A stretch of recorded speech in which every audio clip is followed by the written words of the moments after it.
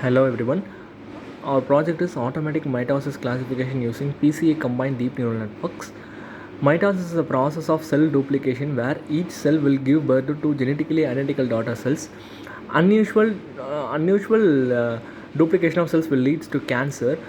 So we are going to detect a particular cell is whether a mitotic cell or non-mitotic cell. The dataset we are using is mitosis ATPF14, which contains the input images scanned in a Hamamatsu scanner with X40 resolution.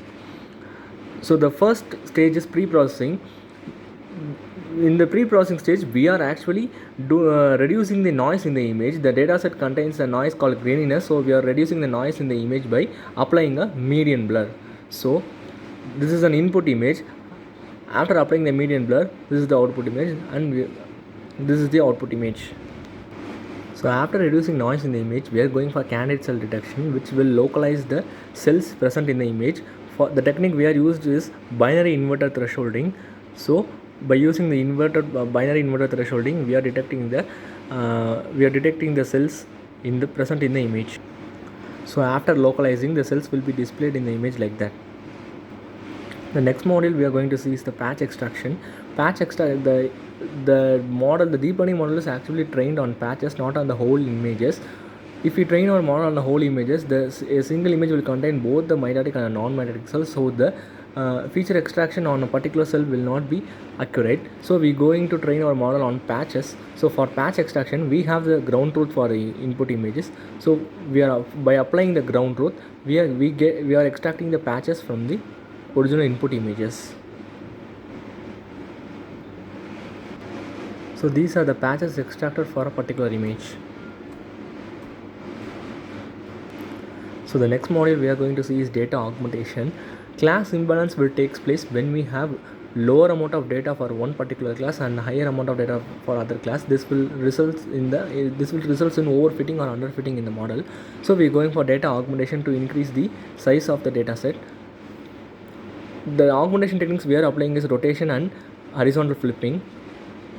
So we are rotating the patches in 30 degree, 45 degree, 90 degree and 180 degree, and the flipping. So we are reading the input images and we are rotating the input patches and flipping it. So after rotating, the output will be like this.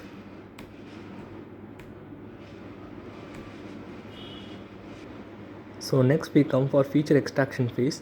For extracting the features of the mitotic cells, we are using densely connected neural network. Densely connected neural network is a type of convolutional neural network where each layer will take the output of all of its precedent layers as input. So we are going to implement DenseNet for feature extraction. First we are importing all the necessary modules and we are importing the data. We are reading the data. So these are the amount of data we have after data augmentation. For mitosis patch, we have nearly 2200 images. For non-mitosis patches, we have nearly 3500 patches. So we are displaying the patches. Then we are reading every patches.